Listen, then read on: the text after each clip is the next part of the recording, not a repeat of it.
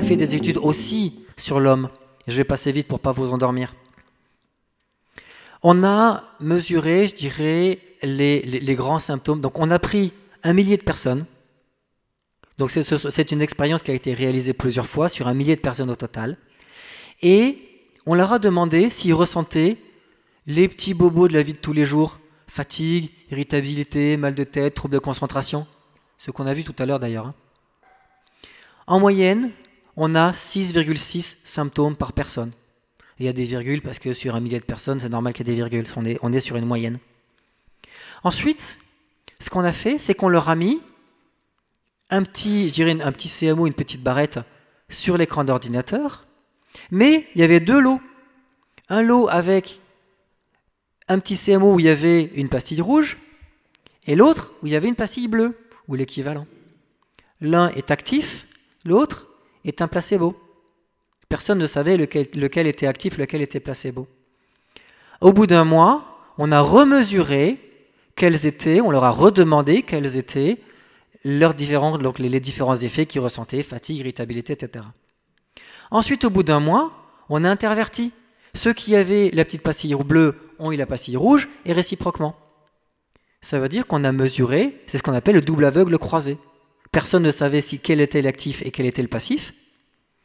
Et on a pu mesurer, justement, quel était le réel effet avec et sans. Et on a constaté qu'il n'y avait plus que 4,4 symptômes par personne. Ça veut dire qu'on a baissé d'un tiers ce nombre de symptômes simplement en mettant ce petit tube qu'on a vu tout à l'heure basé sur cette micro-oscillation. Mais ça veut dire surtout que vous avez un tiers des symptômes des petits bobos de la vie de tous les jours qui viennent des champs électromagnétiques. Parce qu'on a été capable de supprimer justement le tiers de ces symptômes. Un autre petit test pour mesurer la capacité du cerveau à gérer plusieurs informations contradictoires. Le but du jeu, c'est de dire, non pas de lire le mot, mais de dire la couleur. Et là, votre cerveau, il a 2 informations. Il a, pour le premier mot, jaune, parce qu'on lit jaune.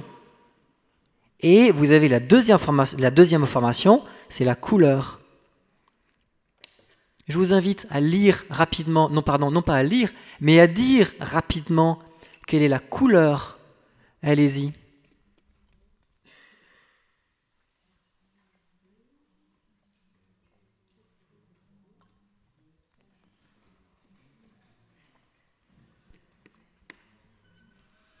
Vous faites ce test-là pendant 1 heure ou pendant 2 heures. Je vous garantis que votre cerveau il fait des nœuds. Ça veut dire que c'est un excellent moyen, et c'est un test qui s'appelle le Stroop Color World Test.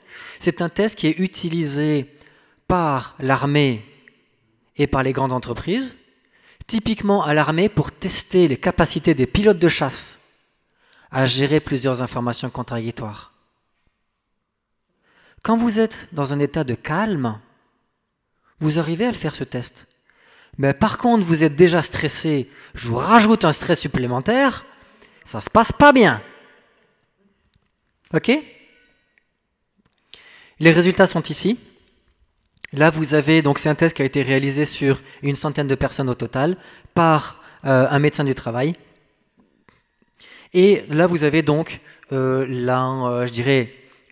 l'état initial avec 73 personnes qui sont mesurées comme étant stressées et puis 46 personnes qui sont mesurées comme étant non stressées.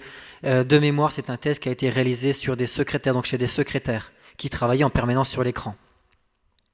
On leur a mis donc le petit appareil sur l'ordinateur et on a remesuré le stress. Vous avez 97 personnes qui sont mesurées comme étant non stressées. Ça veut dire que on est capable de réduire le stress de toutes les personnes qui travaillent sur écran. Alors quand je suis passé voir, donc il y a quelques années de ça, je travaillais en industrie, je suis passé voir le chef d'établissement, 500 personnes.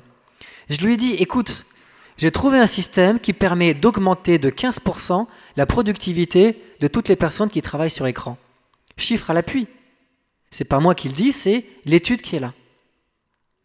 Il m'a dit, waouh, c'est super intéressant ton truc. Puis après, il a réfléchi. Il a dit, attends, si je mets une protection, moi je veux bien, c'est vrai que d'un côté, j'aurai des gars qui seront plus performants. C'est très bien.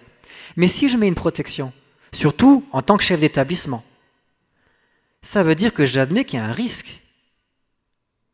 Si j'admets qu'il y a un risque, je me récupère tous les prud'hommes sur le dos. Donc, non. Très simple. Si la personne ne supporte pas, ben, je suis désolé, on la remplace. On n'est pas, je dirais, en industrie, de façon globale, sauf dans certains cas particuliers évidemment, on n'est pas dans une logique de bien-être, ou assez peu.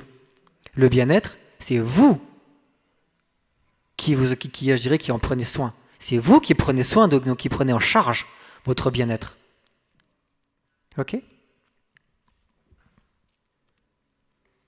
Donc pour revenir sur tout ce qui est officiel au niveau de l'industrie va se baser sur les normes. La norme dit qu'il n'y a pas de problème, donc il n'y a pas de problème. Le NO, c'est quoi? C'est ce qu'on appelle le monoxyde d'azote. C'est un marqueur d'inflammation tissulaire. Inflammation, c'est quoi une inflammation? Inflammation, chaleur, douleur, rougeur. On a mesuré, alors accessoirement c'est aussi un toxique pour les neurones, c'est pas très bon. On a mesuré la concentration justement de ce marqueur d'inflammation chez les utilisateurs de téléphones portables. Et on a constaté une augmentation de 40% de la concentration de ce marqueur. Remise à la normale aussi, donc après. Ça veut dire quoi?